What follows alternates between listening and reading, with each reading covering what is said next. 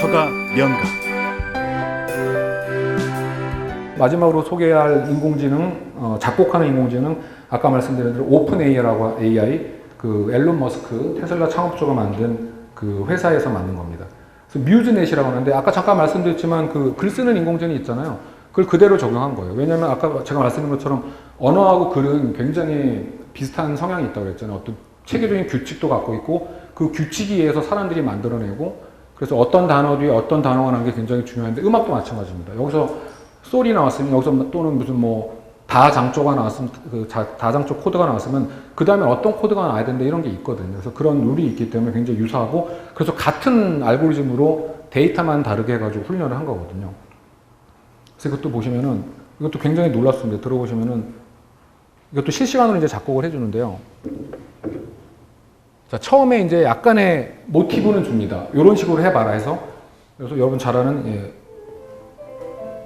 요것만 딱 준 거예요. 그 다음에 그 뒤는 네가 알아서 작곡해봐라. 아까 마찬가지 글 쓰는 거에서 뭐 김리하고 레골라스가 뭐 전투를 벌인다 하면 그 다음에 쭉 쓰는 것처럼 요 앞에 요 모티브만 주고서 그 다음에 이제 해보라고 그런 거죠. 그럼 지금 이제 열심히 작곡하고 있는 거예요. 여러분 이걸 클릭할 때마다 다른 결과물이 나옵니다. 자, 벌써 했네요. 들어볼까요? 앞부분은 이제 아까 그거고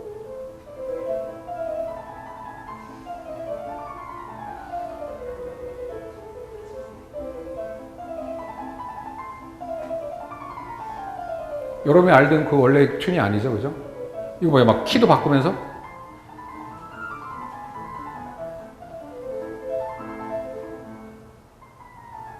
이렇게 막 갑자기 프레이즈도 바뀌고, 이런 정도까지 되고 상업적인 음악 수준은 아니더라도 지금 실제로 인공 작곡을 가지고 서비스를 하는 데가 있어요, 회사들이. 영국의 아이바라는 회사하고 주크덱 이런 회사들은 실제로 인공 작곡한 음악을 팔거든요. 근데 누가 이걸 돈 주고 살까 이렇게 생각하시면 좀 의아할 수 있는데 어디서 생기냐면요. 여러분 요새 유튜버들 되게 많잖아요. 유튜버들이 업로드를 뭔가 동영상 같은 거 먹방을 하던 아니면 뭐 여행을 하던 업로드를 하는데 그냥 뭐 영상만 찍어서 업로드는 굉장히 밋밋하거든요. 그래서 배경음악을 넣어요. 근데 배경음악을 여러분들이 만약에 여러분이 좋아하는 가수의 배경을 마음대로 넣을 수는 없거든요. 저작권 문제 때문에. 그럼 여러분이 돈을 내야 되잖아요. 그래서 그거를 유튜브에서 여러분이 업로드할 때 유튜브에서 기본적인 배경음악 몇 개 제공을 해줍니다. 공짜로. 그건 유튜브에서 작곡한 거예요. 그냥 만들어가지고 이건 너희들이 그냥 사용해도 좋다. 무료로 사용해도 좋다. 그래서 여러분들 유튜브 가셨을 때 똑같은 배경음악이 나오는 거 한번 보신 적 있을 텐데 그게 그 무료를 그냥 써서 그런 거거든요.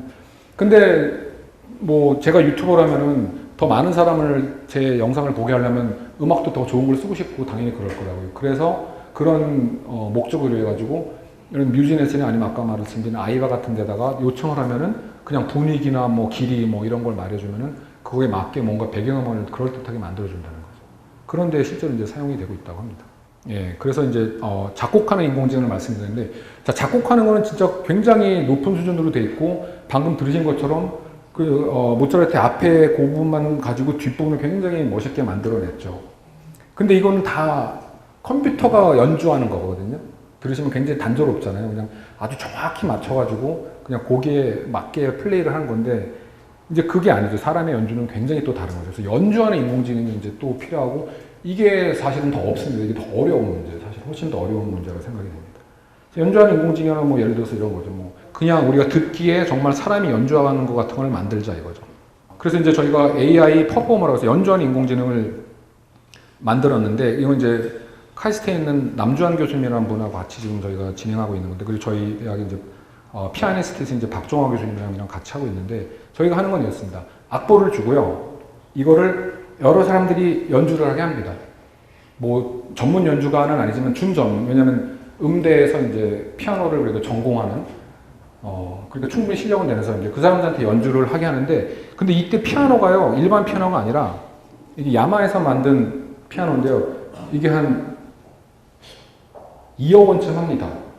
굉장히 비싼 피아노인데 뭐 음향학적으로 굉장히 좋은 피아노인데 뭐가 다르냐면요. 여기 하나 어떤 장치가 하나 달려 있어요. 그래서 저게 뭘 하냐면은 사람이 언제 이 피아노 건반을 건드리고 페달을 밟고 하는지를 그걸 굉장히 미세하게 그걸 기록할 수가 있어요.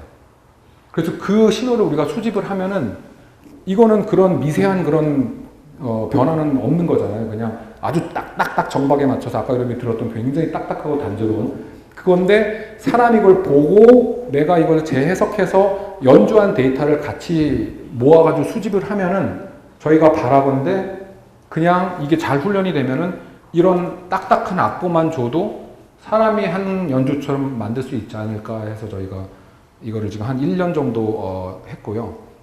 그래서 제가 한 예제를 들어드릴 텐데 자, 퀴즈입니다. 여러분 제가 3개를 들려드릴 텐데 하나는 악보, 딱딱한 악보고요. 그냥 하나는 정말 사람이 연주한 거, 나머지 하나는 인공지능이 한 거니까 한번 맞춰보십시오. 쇼팽의 노래인데요.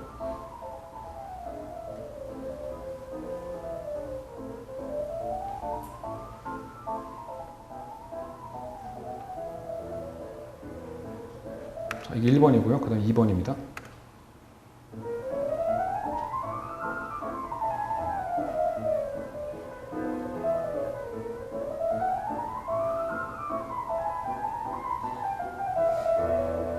예, 그다음 3번입니다.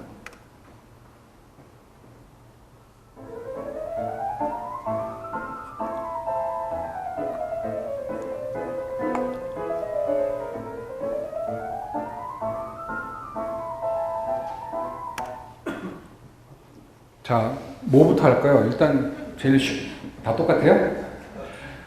미디라고 하는 그냥 딱딱한 컴퓨터가 한 거라고 한 게 어떤 거라고 생각하세요? 1번이요?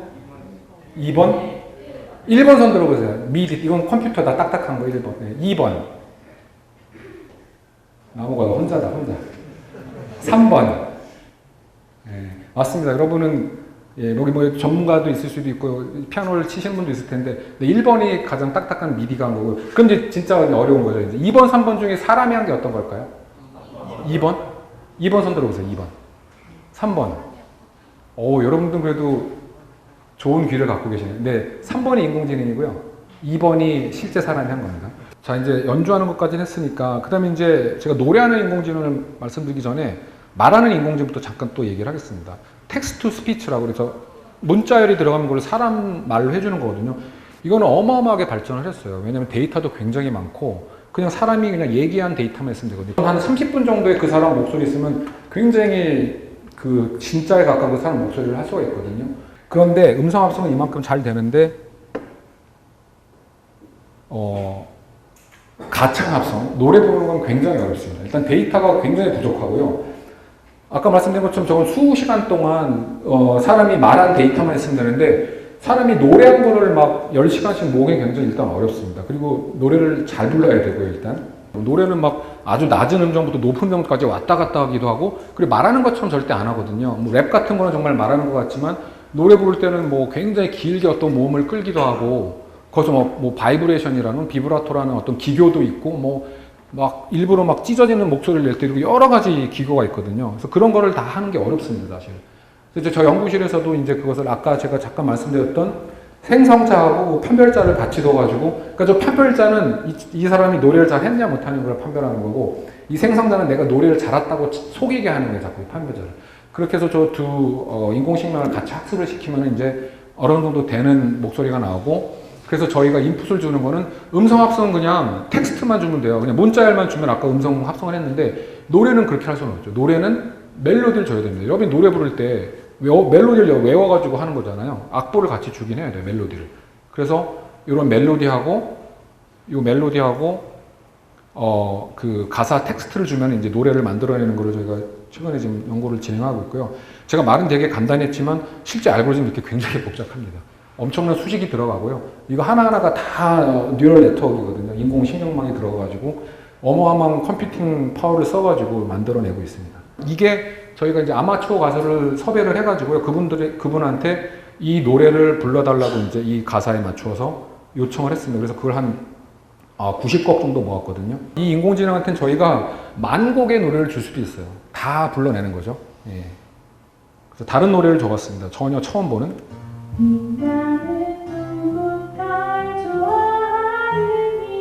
이 음질은 뭐 스튜디오에서 이렇게 제작할 때 쓰는 퀄리티가 아니어가지고 음질이 좀 떨어지는데 들어보시면 이제 바이브레이션도 하고 막 그럽니다. 예. 그 다음에 뭐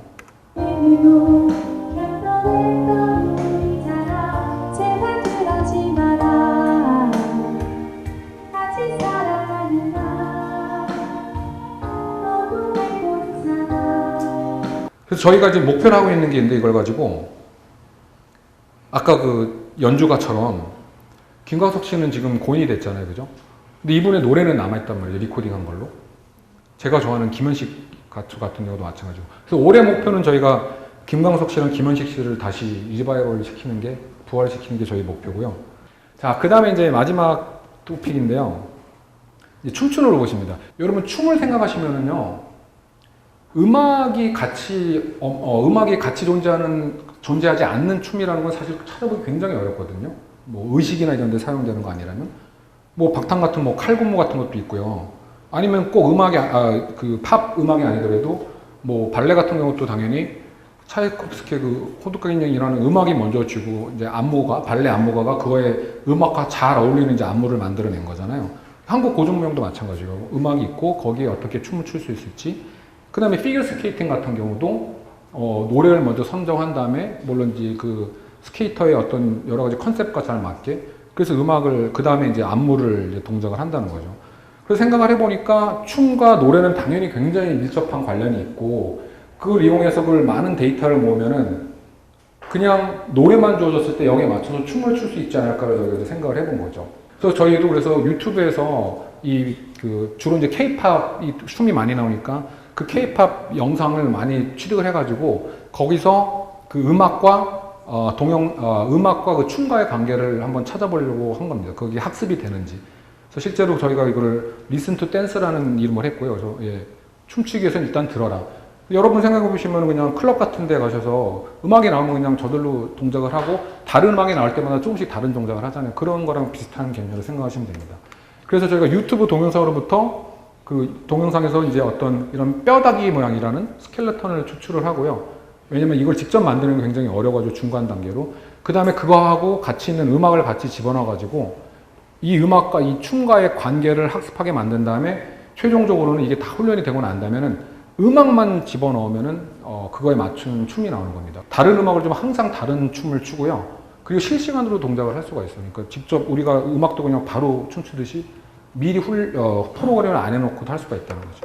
마지막으로 이제 맺은 말을 말씀드리려고 하는데 아까 제가 말씀드린 것처럼 인공지능이 지금 굉장히 여러 분야에서 사람의 능력에 가깝거나 뭐 뛰어나는 정도로 단순 입력, 출력에 대해서는 이미 뛰어난 부분도 많고 그럼에도 불구하고 이런 창작 분야 같은 특히 예술, 음악예술 아니면 뭐 시각예술 같은 부분에서는 그런 사람의 어떤 창의력이나 이런 거는 힘들지 않겠느냐 그렇게 사람들이 많이 예측을 하고 있지만 지금 보시는 것처럼 뭐 굉장히 그럴듯한 것들을 지금 실제로 만들어내고 있습니다. 그래서 제가 뭐 이렇게 대중강연 같은 걸 많이 가면 사람들이 항상 저한테 여쭤보는 게 그런 거거든요.